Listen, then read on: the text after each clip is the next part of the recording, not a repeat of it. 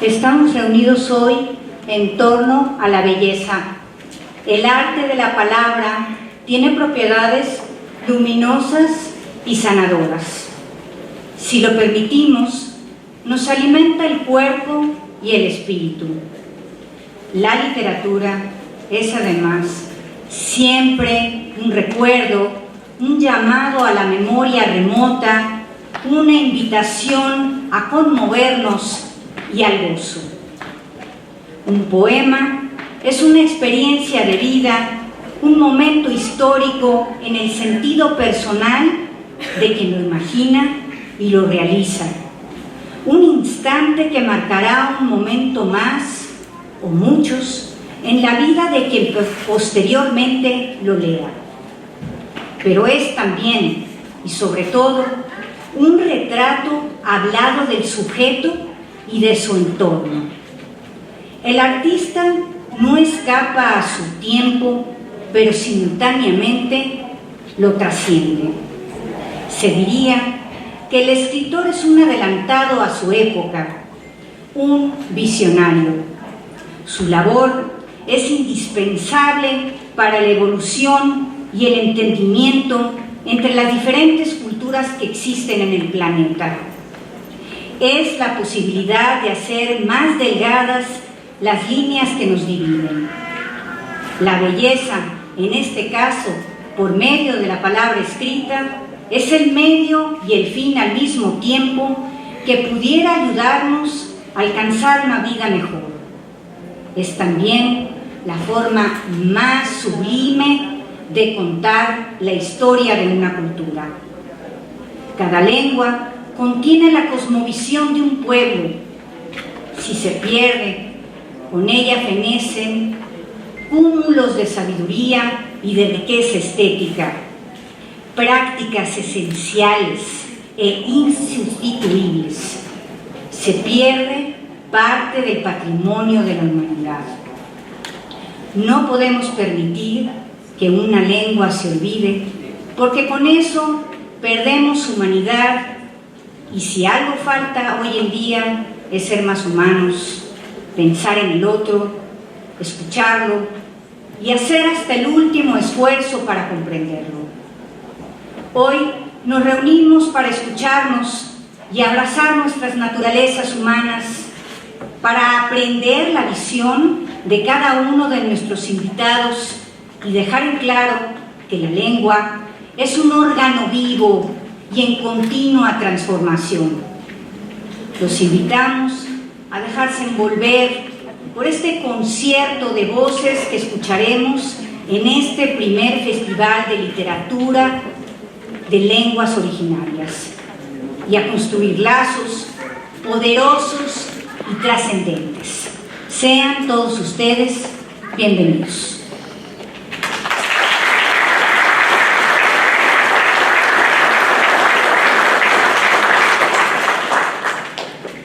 Y ahora voy a pedirle al Presidium que si nos puede acompañar, que se puede subir por la escalera que está de este lado y nos acompañen para escuchar algunos discursos y dar por inaugurado este festival. Le pedimos a la maestra Natalia Toledo, subsecretaria de Diversidad Cultural del Gobierno de México, que viene en representación de la secretaria de Cultura, Alejandra Frausto.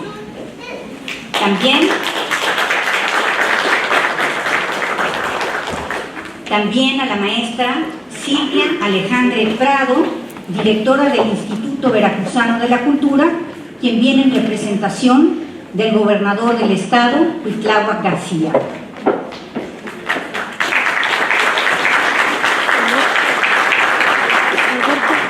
Al licenciado Diego Salas Avilés, en representación del alcalde de Jalapa, el doctor Pedro Hipólito Rodríguez Herrero. A la doctora Carmen Blázquez, en el lugar de la rectora de la Universidad Veracruzana, la doctora Sara Ladrón de Guevara.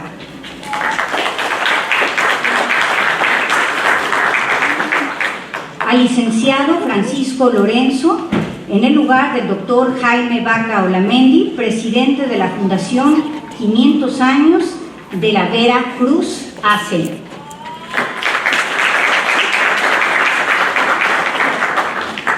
A la maestra Cristina Rascón, en representación de la doctora Lucina Jiménez, directora del Instituto Nacional de Bellas Artes y Literatura.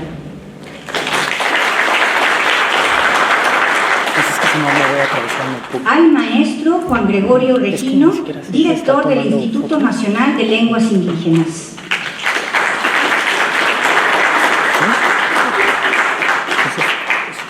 A la maestra Xochitl Molina, directora del Instituto Veracruzano de Asuntos Indígenas.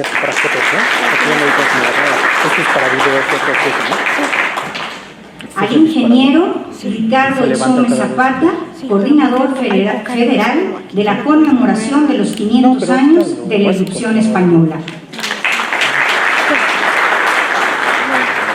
Ahí se supone que totalmente automático. Yo nada más aquí con los dientes es el zoom, ¿no? Ahora me permito cederle el micrófono a la maestra Silvia Alejandra Prado.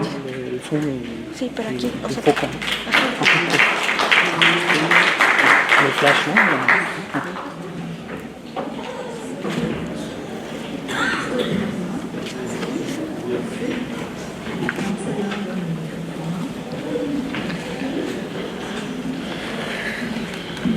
Gracias, Gabriela. Muy buenos días. Agradezco la presencia de quienes hoy nos acompañan y de quienes han sumado esfuerzos para realizar esta primera edición del Festival Internacional de Literatura en Lenguas Originarias. La presencia aquí de los servidores públicos de diversas instancias es una muestra del trabajo conjunto que venimos realizando. Y bueno, es un gusto recibir a Natalia Toledo, a Gabriela del Instituto Nacional de Estudios Históricos, a Diego Salas en representación de nuestro alcalde, a la doctora Carmen Blázquez de la Universidad Veracruzana, a Cristina Rascón del IMBA, al maestro Juan Gregorio Regino del Instituto Nacional de Lenguas Indígenas, a mi compañera Xochitl Molina, directora del Instituto Veracruzano de Asuntos Indígenas, con quienes estamos ya trabajando en el desarrollo de proyectos encaminados al rescate de nuestros patrimonios. Por supuesto, mencionar la voluntad de la Fundación 500 Años de la Veracruz, con quienes desde el mes de octubre empezamos a trabajar con la representación del licenciado Jaime Vaca, una organización noble que ha logrado precisamente sumar esfuerzos para conmemorar estas fechas, y el ingeniero Ricardo Exome también, que ha puesto de manifiesto esta voluntad política para llevar a cabo este evento. Estamos muy orgullosos, como bien dices, Gabriela, de que Veracruz sea la sede de este primer festival, porque esta tierra ha sido y es pieza fundamental en la construcción del rostro actual de nuestra nación. En Veracruz confluyen 14 etnias y 13 lenguas originarias que aún se practican, y es labor de todos los que participamos el día de hoy fomentar su preservación. Nos da muchísimo gusto recibir a poetas, escritores del País Vasco, de Cataluña, de Brasil, de Chile, de Perú, de Colombia, por supuesto a los mexicanos de Campeche, Oaxaca, Sonora, Chihuahua, Chiapas, Guerrero, Ciudad de México y de Veracruz. Y bueno, yo me voy a permitir presumir a nuestros poetas bilingües, gestores culturales, Sixto Cabrera, Tirso Bautista, a Mardonio Carballo, quien actualmente funge como director de Culturas Populares Indígenas y Urbanas en la Secretaría de Cultura Federal, a quien vamos a estar saludando el fin de semana en Tempual. Y por supuesto destacar la presencia del laureado poeta veracruzano Natalio Hernández, para quien pida un aplauso.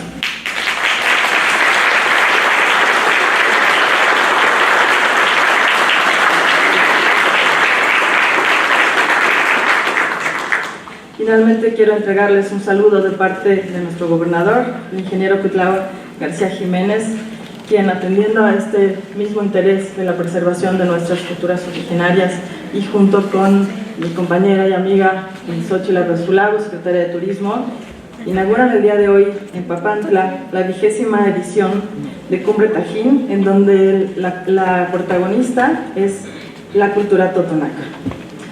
Yo entonces me voy a permitir agradecer diciendo Pashkat Katzini. Voy a tener que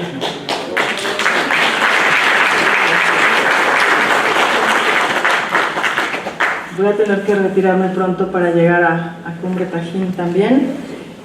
Y me apena no poder escuchar a Tlayohtiyane, ese entrañable Xochiquitzahua, que es la mejor versión.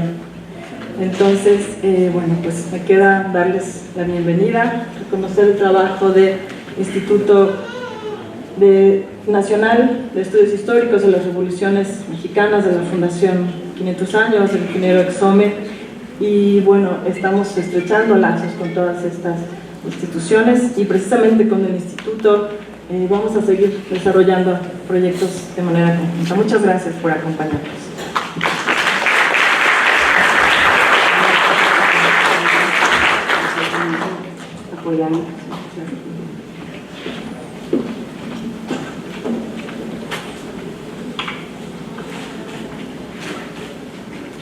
Bueno, ahora vamos a ceder el micrófono a una persona de gran corazón y que nos ha apoyado de manera incondicional y con quien estamos muy agradecidos. Un aplauso para el diputado federal y coordinador federal de los festejos de los 500 años, Ricardo Exome.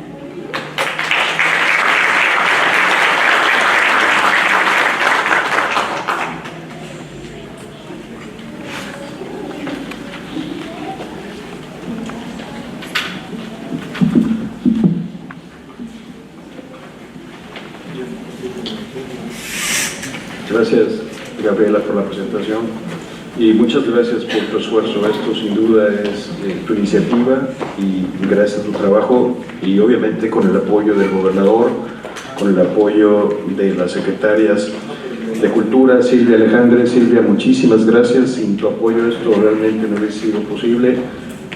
A Xochitl también, a Huesú, hay que hacerle llegar nuestro agradecimiento, reconocimiento a la Universidad Veracruzana, a la Secretaría de Cultura, obviamente a nivel federal, y a todos los involucrados que realmente de una u otra manera han hecho posible realidad este evento. Muy buenos días. Bienvenidos escritores participantes, bienvenidos conciudadanos, invitados especiales, autoridades estatales y federales, miembros del Presidio. Cuando iniciamos las pláticas con las instancias federales involucradas para diseñar y gestionar eventos vinculados con la conmemoración de los 500 años de la fundación de la Villarrica de la Veracruz y la irrupción española, fue muy satisfactorio encontrarnos de pronto con un elemento esencial de la cultura y sus pueblos, la lengua. La propuesta del festival se alzó casi de inmediato, por unanimidad, entre quienes participábamos de él. De pronto nos pusimos a analizar que sin esa comunicación de cada uno como individuo, pero también de cada pueblo y la comunicación entre los pueblos, no podríamos tener un mínimo de entendimiento, una certeza iniciática de cohesión social. Desde luego, la conciencia tomada no tiene que ver con una lengua o la imposición de esta, sino con la riqueza variada que al respetarla en los otros nos permite estudiarla, aprenderla, hacerla nuestra. Reconocer el mundo implica entonces reconocer el habla. La palabra nos nombra, nos construye, nos agiganta. Cada lengua nos ofrece un universo particular, poblado de belleza y sabiduría. Es una gran satisfacción por ello que nuestro país reciba hoy esta mezcla de voces de los pueblos originarios de diversos países del mundo y de la riqueza lingüística y cultural de lo que llamamos México, una nación que puede enorgullecerse de su variado patrimonio de idiomas, de sus formas de comunicación y comunicarla. Durante 3 días habremos de gozar en este festival de esta luminosa amalgama de tonalidades, pero también de profundos contenidos de las inquietudes que los pueblan, de los reclamos ancestrales por lo propio, de su sentido de pertenencia y origen, de sus demandas enraizadas en el entorno y en la exigencia de respeto y vigencia. Sean pues bienvenidos todas y todos a este primer Festival Internacional de Literatura en Lenguas Originarias México 2019 y a esta bella ciudad de Jalapa de Enríquez, Veracruz, lo mismo que al puerto de Veracruz y a la zona arqueológica del Tajín, que en estos días albergarán una parte de esta fiesta. Bienvenidas todas las regiones, lenguas y razas de México, y bienvenidos el País Vasco, Cataluña, el país mapuche, Perú, Colombia, Brasil, Chile y por supuesto España. México los recibe con un abrazo fraterno, pero con una gran deuda histórica para con sus lenguas y sus pueblos, y sobre todo con un profundo deseo de recuperación y reivindicación, a tono con el decreto de Naciones Unidas para hacer de 2019 el año de las lenguas indígenas. Que este sea el inicio de una interminable cadena de hechos que nos lleve a valorar, preservar y difundir la riqueza de matices que sustentan nuestras lenguas maternas y sirva de hermanamiento entre los hombres y las mujeres del mundo.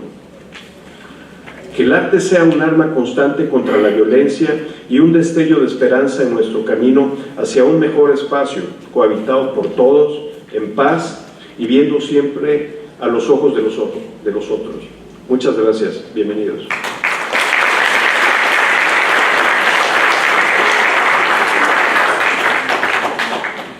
Bueno, ahora quiero cederle el micrófono a una mujer que admiro mucho y que nos honra con su presencia. Ella es la subsecretaria de Diversidad Cultural, la maestra y poeta Natalia Toledo.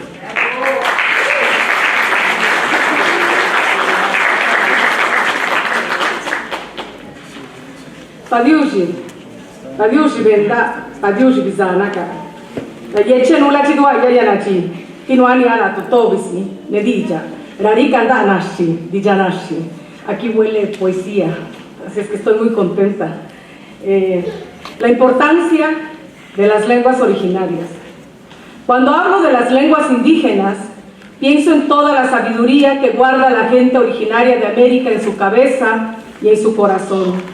Una sabiduría que se vuelve palabra y que cura, como lo hacemos los zapotecas o los zapotecos, los que hablamos el idioma de las nubes, por citar un ejemplo. Virela de Gichi, virela de Gien, Buda Yasa, Mazenda, Zeda Gusibanesh Kendalu, Ticadigo Gubijali. Sal de las espinas, sal de las piedras, ven, levántate, ya vengo por ti. Vengo a resucitar tu nahual para que no te coma el sol. Cuando hablo de las lenguas indígenas, me da risa a veces. Cuando pienso en las definiciones que algunas personas dan de ellas, dicen que no tienen escritura. Si supieran que el zapoteco se escribió entre 600 y 400 años antes de Cristo, y que esa escritura la perfeccionaron los mayas, y que los nahuas retomaron el conocimiento de los toltecas y la pulieron. Cuando hablo de las lenguas indígenas, viene a mi mente que en México hay 68 lenguas originarias y 364 variantes. Sin embargo, en este siglo, el 70% está en riesgo de desaparecer por la discriminación que enfrentan sus hablantes. El desplazamiento de una lengua por otra, a la que han vuelto poderosa, en este caso el español, representa no solo una imposición, sino un lingüicidio. Las lenguas del mundo contienen una taxonomía de la naturaleza, guardan un arte verbal, los relatos, los discursos, los cuentos, los chistes, las declaraciones de amor, las de odio, las maldiciones, las enfermedades, los remedios, los sollozos, los lamentos, las plegarias, las jaculatorias, no son lo mismo si no se pronuncian en una lengua originaria, en la primera lengua con la que fuimos introducidos y familiarizados en este mundo.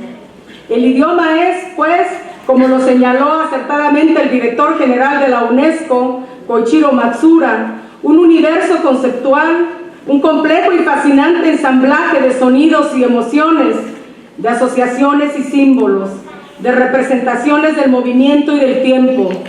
Hablar un idioma indígena, parafraseando a Octavio Paz, es desplegar la mirada para que nazca un mundo desde el lenguaje que nos ayudará a reconocernos, a caminar hacia atrás, a recoger los nombres de los insectos y los pájaros, a trotar sobre la espalda de las tortugas y mirar desde sus lomos a todos los animales sueleros, meter el frijol del ojo en el vientre de la clepsydra, multiplicar la mirada y barrer el cielo, amontonar todos los nombres de los animales divinos que viven en el firmamento, estrella, luna, constelaciones, la casa del sol, el camino a los dioses.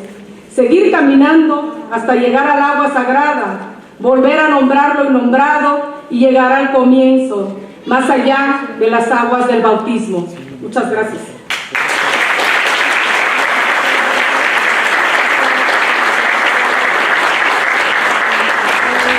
Hermosas palabras de la poeta Natalia Toledo, y bueno, muy agradecida con todo nuestro presidium. Les invito a que pasen de nuevo a sus lugares. Muchas gracias por estar con nosotros, por apoyarnos. Quiero destacar en lo que nuestro presidium baja, bueno, un agradecimiento muy especial a la doctora Blázquez, que fue como un ángel de la guarda, que estuvo guiándome y dándome muchísimos consejos, y lo mismo a Francisco Lorenzo, que me ha ayudado muchísimo para coordinar este evento, y también a mi colega Luis Aguilar, que es mi mano derecha, y a todo mi equipo del INER que nos acompaña desde Ciudad de México, por supuesto, gracias a la hospitalidad de Veracruz, a los veracruzanos, a quienes queremos mucho, y claro, del IBEC y de la maestra Alejandra. Y ahora vamos a gozar de música. Vamos a tener el gusto de escuchar a un grupo de la Universidad Veracruzana. Tlayotilane nos va a interpretar el día de hoy música cantada en náhuatl. Un fuerte aplauso para ellos, por favor.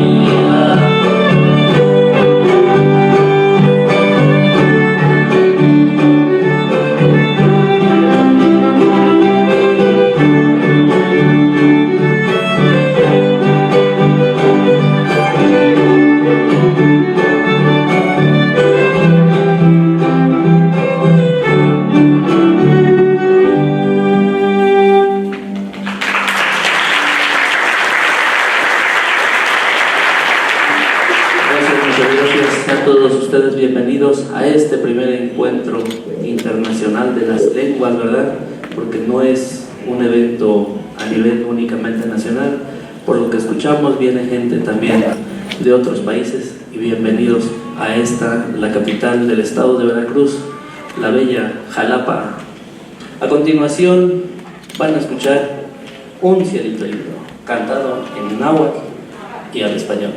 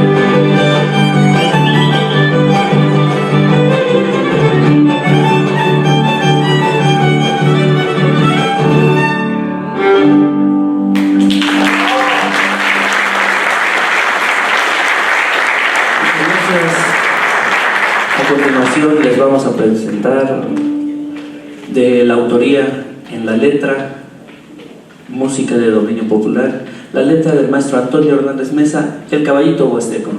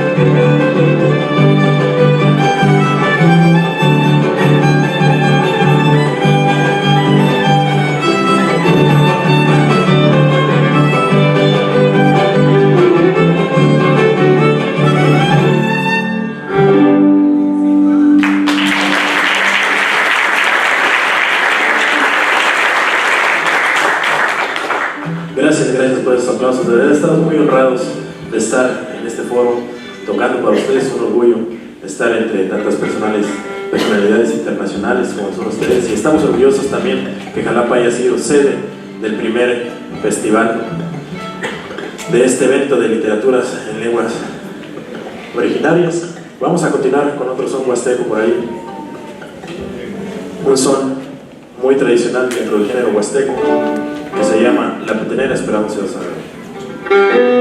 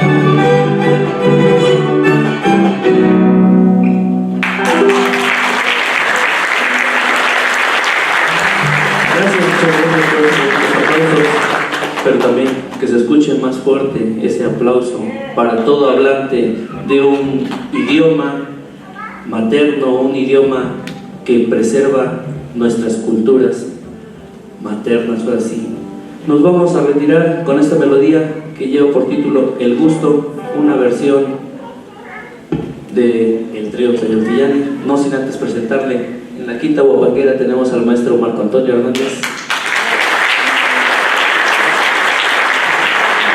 En la Ana Huasteca está el maestro Ángel Aparicio Hernández. Un servidor, Jorge Alberto Hernández. Cabe mencionar que la dirección de este trío está a cargo del maestro Antonio Hernández Mesa, que por el momento está de vacaciones forzosas, ahora sí, pero estamos para servirles. Claro que sí. Esto dice así.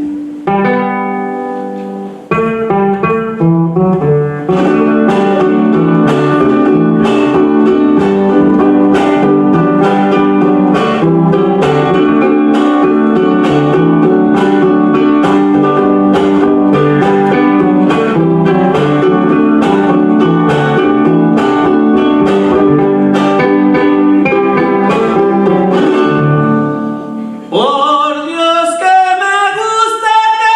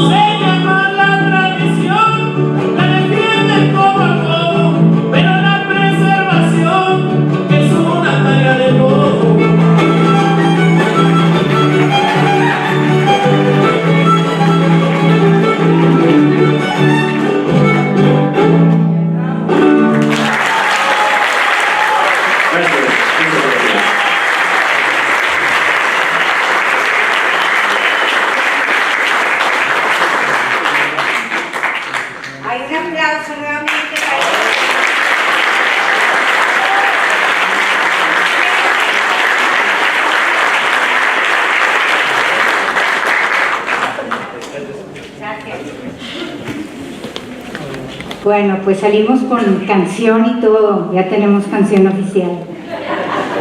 Y bueno, vamos a comenzar con una conferencia impartida por un hombre que habla 22 idiomas nada más. Él es Enrique Servín. Le pedimos que nos acompañe. Él nos ha dicho que prefiere dar su conferencia aquí de pie, por eso no le pusimos silla, no vayan a pensar otra cosa. Y les leo una breve semblanza, porque bueno, tiene una gran trayectoria el maestro, pero voy a leer un poquito nada más. Él es abogado, poeta y promotor cultural chihuahuense. En 1996 obtuvo el Premio Chihuahua de Literatura en el área de poesía, coordinó el primer taller literario en idioma tarahumara, ofrecido por el Instituto Chihuahuense de la Cultura, así como el Programa Institucional de Atención a Lenguas y Literaturas Indígenas. Ha sido editor de la revista Solar, publicada por el mismo instituto. Habla, como decíamos, 22 idiomas perfectamente, en los que expresa lo que le apasiona: la Sierra de Chihuahua, cuyo patrimonio cultural se ha dedicado a preservar. Ha sido reconocido con galardones como el Premio Chihuahua, el Premio Nacional Fuentes Mares, el Premio Andrés Enestrosa y el Premio Linda Gaberú de Traducción Literaria. También ha sido asesor e invitado distinguido en países como China, Grecia, Canadá, Estados Unidos y Noruega. Es un honor que esté con nosotros Enrique Servín.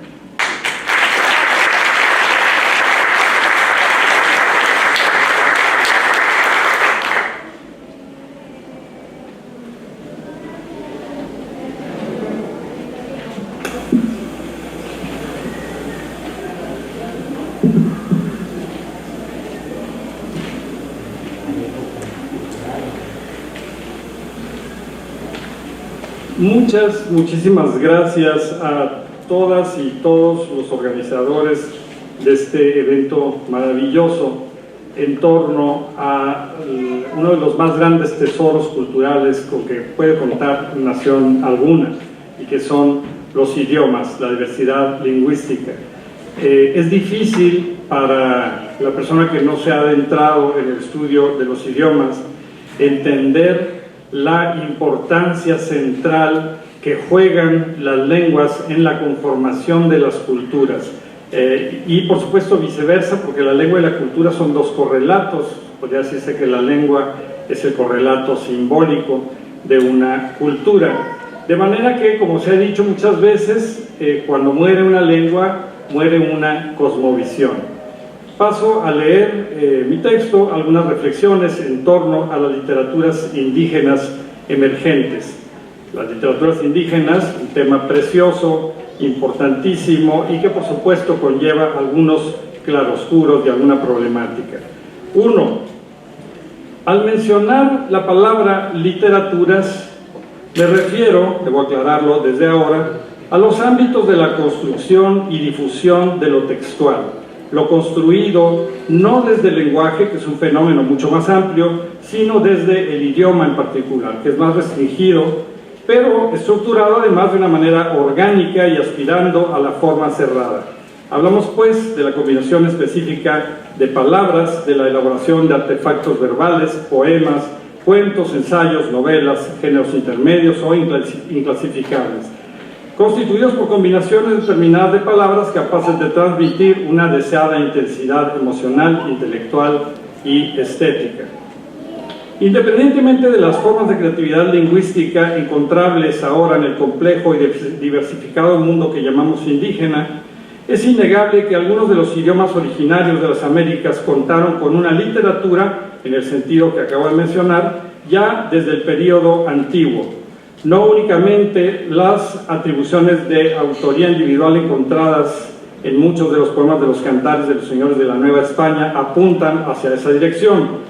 Las indagaciones del guatemalteco Enrique Sam Pollock, por ejemplo, centradas en interpretar las relaciones que existen entre algunas aparentes irregularidades del vocabulario quiché del Popol Vuh y ciertas características de la escritura jeroglífica maya, específicamente los llamados ecos silábicos en palabras que terminan con vocal, dejan pocas dudas en el sentido de que dicho libro, tal y como el mismo escribano lo había aclarado en los párrafos iniciales, había estado, entrecomillado, es decir, estoy citando, pintado antaño. Por mucho tiempo hubo mucho escepticismo porque el escribano que copió en letras latinas el texto quiché del Popol Vuh dijo: este libro antaño estuvo pintado, y hubo un gran escepticismo. Se pensaba que esto no podía ser cierto, que la escritura jeroglífica era un sistema mnemotécnico muy primitivo, incapaz de marcar mensajes lingüísticos. Pero gracias a estas investigaciones de Sam Golub, que aclaró algunas irregularidades aparentes del texto en alfabeto latino, demostró que esas supuestas irregularidades derivaban de las características de la escritura jeroglífica y que por lo tanto el Popol Vuh alguna vez sí estuvo escrito en códices. En efecto, es muy posible que por lo menos una parte de los antiguos códices mayas hayan contenido lo que hoy llamamos textos literarios. Y a lo largo de la historia del idioma, el idioma quiché, es posible, o maya, las lenguas mayas, es posible que se haya tratado de cientos o quizá de miles de este tipo de obras. Pero desafortunadamente esto es casi todo lo que sabemos ahora sobre el tema. ¿Qué tipo de presencia cultural, desarrollo o características habrá tenido esa literatura? Es algo que difícilmente sabremos. La actitud fanática de los frailes castellanos que destruyeron los muchos libros encontrados en las aldeas y comunidades acabó violentamente con ese periodo y constituye, sin duda alguna, uno de los más grandes y feroces atentados culturales en la historia de la humanidad. El mismo Diego de Landa nos dice en su libro, dice: por años juntábamos los libros de esta gente que no contenía sino diabluras, y los quemábamos en las plazas, y era cosa de ver, nos dice, cómo lloraban.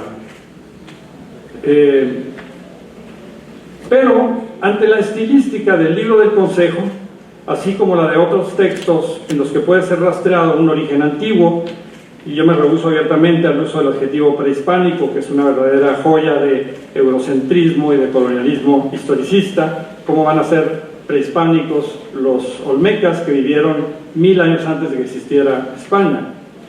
No queda sino reconocer a aquel universo literario un alto grado de desarrollo y de elevación artística.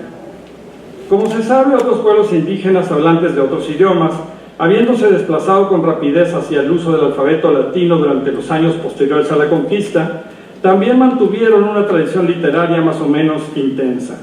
Algunos más la crearon y mantuvieron por décadas e incluso siglos. Aunque en algunos de estos casos la mayoría de los textos tienen un carácter no literario, es decir, administrativo, legal o privado, el conjunto es de todos modos fascinante y todavía debe ser más estudiado y conocido. Por increíble que parezca, aunque en perfecta concordancia con el obtuso espíritu criollo que ha predominado en nuestras repúblicas, la gran parte de estas literaturas permaneció invisible durante mucho tiempo, y aún ahora, cuando casi ruidosamente celebramos el Año Internacional de los Idiomas Indígenas, es todavía mucho lo que falta por desempolvar y dar a conocer de estas importantes literaturas indígenas del periodo colonial temprano. 2. No es que otras artes de la palabra, por supuesto, diferentes a las basadas en la creación de un texto escrito, no hayan existido o sigan existiendo en las comunidades indígenas, ni mucho menos que hayan carecido o carezcan de valor, sofisticación o importancia. Al contrario, pocas manifestaciones culturales muestran la complejidad, la belleza y la concentración de valores de diferente índole que muestra, por mencionar tan solo un ejemplo, la tradición oral de los pueblos amerindios.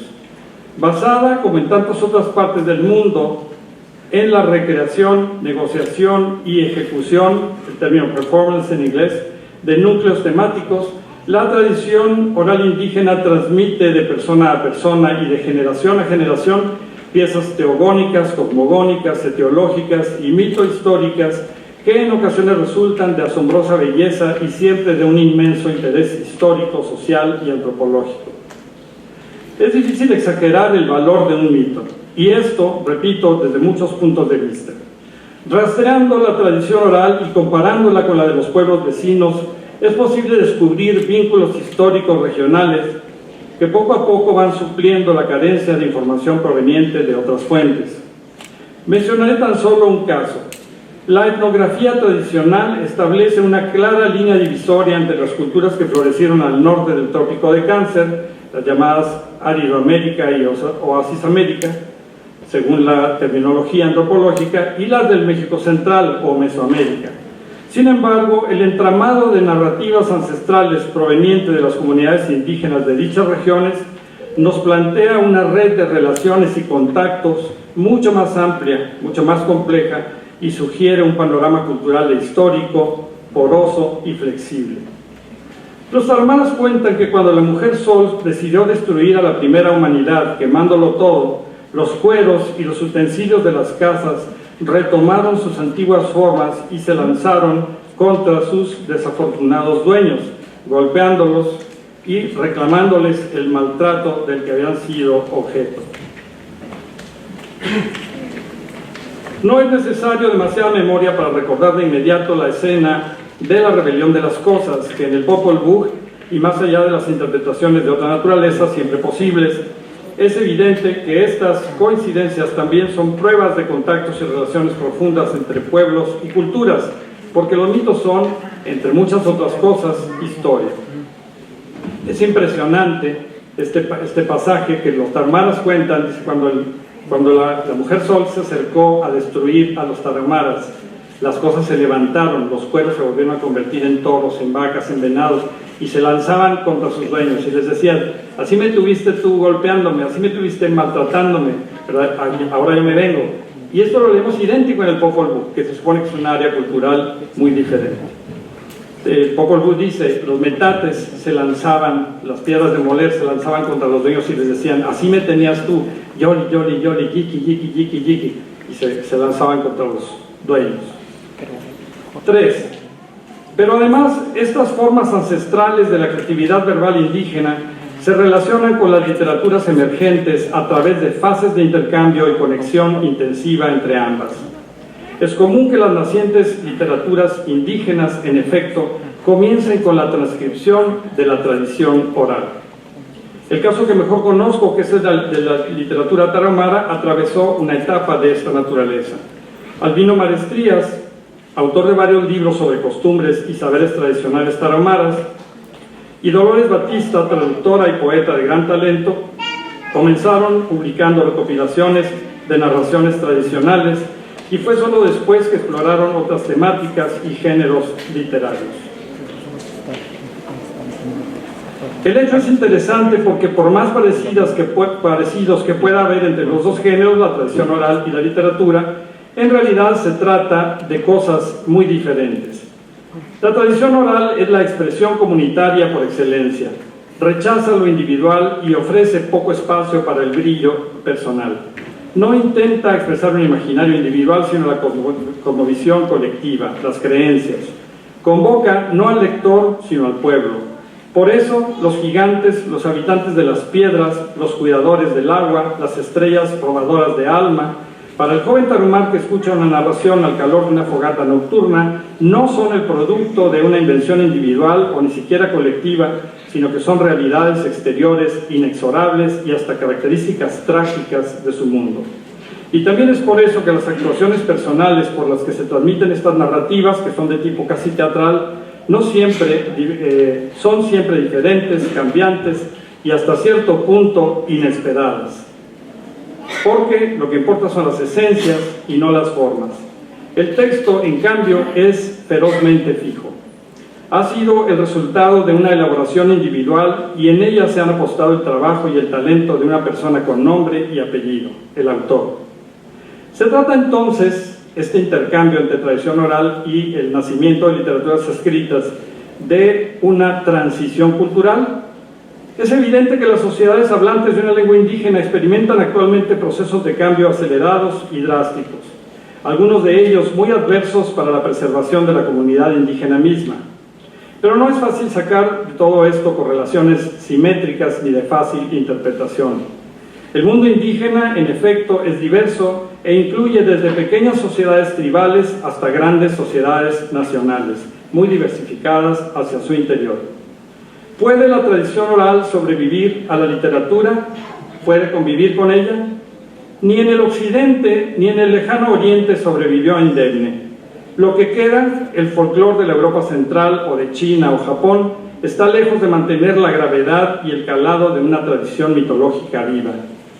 Pero además de que también allá la tradición oral dio origen a la literatura, y apenas si hay que recordar aquí a Hesíodo o a Homero, que son transcripciones de tradición oral, siglo tras siglo ha servido de inspiración y de recurso temático. Un Cavafis en la Grecia de la primera mitad del siglo XX o un Chitimachá en la China contemporánea no pueden ser ni explicados ni entendidos sin las respectivas tradiciones orales de sus países, muertas hace milenios. ¿Pasará la tradición oral de los pueblos indígenas de América de haber sido el origen de una literatura emergente a ser una fuente de alimentación y de sostén simbólico?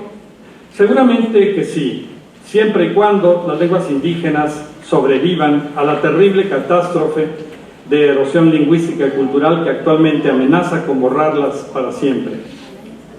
4. Hacia la década de los 70, las publicaciones aparecidas en algunos de los idiomas indígenas eran principalmente materiales de lectura escolares.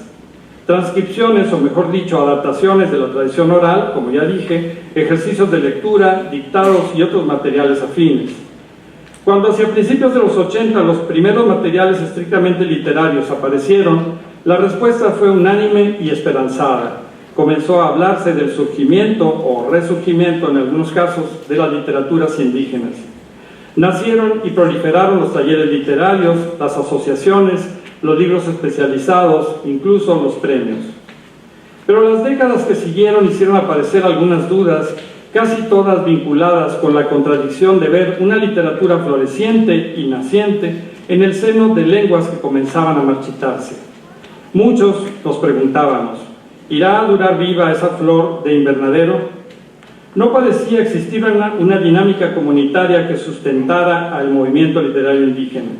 Había muy pocos lectores, y estamos hablando de países en los que, como el caso de México, muy poca gente lee incluso en castellano.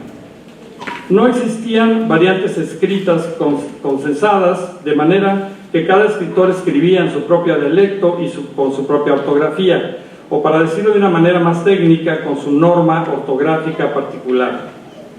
Las pocas iniciativas para alcanzar esos deseados estándares escritos se topaban con la incompresión, la veleidosa y fácil politización o la ineptitud burocrática. Por si todo esto fuera poco, comenzaban a hacerse visibles por todas partes las señales de la obsolescencia. Por todas partes se veía a la generación intermedia, según los términos de Fishman, es decir, aquellos individuos bilingües que hasta hacía poco eran vistos como seña de un incuestionable progreso social que habría de asegurar la permanencia del idioma nativo mientras que llevaba a la comunidad la lengua nacional, logrando al fin ese bilingüismo estable, esa panacea. Pero que en cuanto se casaba y tenía hijos, no les hablaba a estos últimos, sino en precisamente la lengua nacional, introduciendo la ruptura en el proceso que mantiene viva a cualquier lengua. Con qué claridad comenzaba a verse entonces lo rápido que avanza un proceso de conflicto y sustitución lingüística.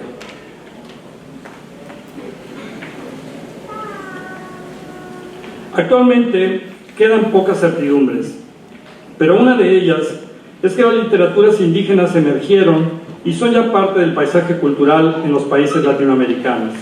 Se escribe en todos los géneros: poesía, ensayo, cuento, novela, teatro. Han ido consolidándose las carreras y los nombres notables. Las publicaciones conforman ya una verdadera biblioteca que además poco a poco va siendo traducida incluso a idiomas tales como el noruego, el hebreo y el persa. Existen reconocimientos, becas, premios.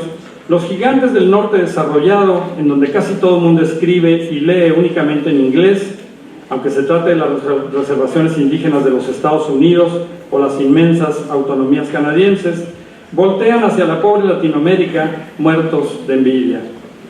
Salvo que ahora la situación es inocultable. Conforme las causas de la catástrofe lingüística fueron siendo identificadas, nos dimos cuenta de que en esa terrible confluencia de factores culturales, económicos, migratorios, políticos, mediáticos, era realmente poco lo que se podía hacer para salvar una lengua. Y la excepción, el modelo educativo, las escuelas sí salvan las lenguas, siempre y cuando la lengua de trabajo sea la lengua en peligro. Resultaba intocable en el caso mexicano, por lo menos, porque tocarlo es atentar contra la esencia del sistema político mismo o de los grandes dogmas nacionalistas que han moldeado casi todas las políticas lingüísticas en América Latina. Las escuelas, como lo había denunciado el gobernador tarahumara de Nacázarachi desde los años 80, son fábricas de blancos, chabochi en la lengua tarahumara, porque los niños entran monolingües de tarahumara y salen monolingües de castellano, según las palabras del gobernador de Nacázarachi. Muchos idiomas por los que hace 20 años nadie se hubiera preocupado, ahora están moribundos, el caso del Pima en el estado de Chihuahua, por ejemplo, y son hablados ya tan solo por ancianos. Las estrategias de revitalización, con una sola y relativa excepción, los nidos de lengua, demostraron una por una su poca efectividad y no existe lengua indígena que hoy por hoy no esté amenazada, incluyendo al excepcional guaraní. Se escribe poesía, darían ganas de decir, siguiendo a Cummings, en el regazo de la muerte. 5. Cualquiera que sea el curso que haya de seguir este proceso, yo tengo, en lo personal, otra certidumbre. La literatura escrita en un idioma indígena es un hecho heroico y es un hecho mágico. Si alguna vez tenemos el valor de abandonar el modelo de educación intercultural bilingüe indígena que ofrece interculturalidad a quien no la necesita, que tiene muy poco de educación y nada de indígena y que como producto ha resultado uno de nuestros peores fracasos, habrá de ser desde la base de un corpus filológico que sustente a un modelo por completo diferente, un modelo de educación autonómico, orientado hacia el desarrollo y fortalecimiento de la comunidad indígena y en el cual la única lengua de trabajo escolar, esto no significa que no se enseñe castellano, por supuesto, pero significa que la única lengua de trabajo escolar va a ser la lengua indígena, la lengua en peligro, porque las escuelas son formadoras de comunidad de habla. No es el momento para decirlo, para explorar este concepto importantísimo, la comunidad de habla, pero la comunidad de habla, una vez que es forjada, permanece a lo largo de la vida de todos sus integrantes. Y las escuelas son forjadoras de comunidades de habla, salvo que en nuestro caso son forjadoras de comunidad de habla castellana. Bueno, volviendo, si alguna vez nos atrevemos a cuestionar ese modelo, que sustente y crear otro que sustente algo por completo diferente, que necesariamente habrá de cimentarse en el trabajo de los poetas y los narradores. Y esto significa que si alguien puede salvar a los idiomas indígenas, ese alguien es el escritor indígena. Pero además, nunca perdamos de vista que el escritor indígena se enfrenta a enormes fuerzas de negación y desvalorización, de demonización incluso. En México, a lo largo de los siglos, lo indígena fue verdaderamente demonizado. Apenas hay que recordar las palabras de un fraile de apellido Aguilar que mandaba cartas a España diciendo: en verdad pienso que de todas las naciones sobre las que se enseñoreó el demonio, sobre ninguna se enseñoreó de forma tan profunda como de esta Nueva España. Al utilizar su lengua materna, el escritor indígena se opone a siglos de políticas lingüísticas y culturales que estaban diseñadas para borrarlo a él y a todo su mundo. Continuamente debe innovar, continuamente debe arriesgar. Cada aliteración que descubre, cada efecto rítmico que intenta o recorre, son quizá pioneros y abren rutas expresivas para personas y comunidades a los que les ha sido negada siempre la palabra. Porque un poema se escribe siempre desde un idioma en concreto y no podía haber sido escrito sino únicamente desde ese idioma. Y en todo esto radica uno de los más grandes valores de las literaturas emergentes, el de encarnar la forma más digna y la forma más alta de la resistencia política. Muchas gracias.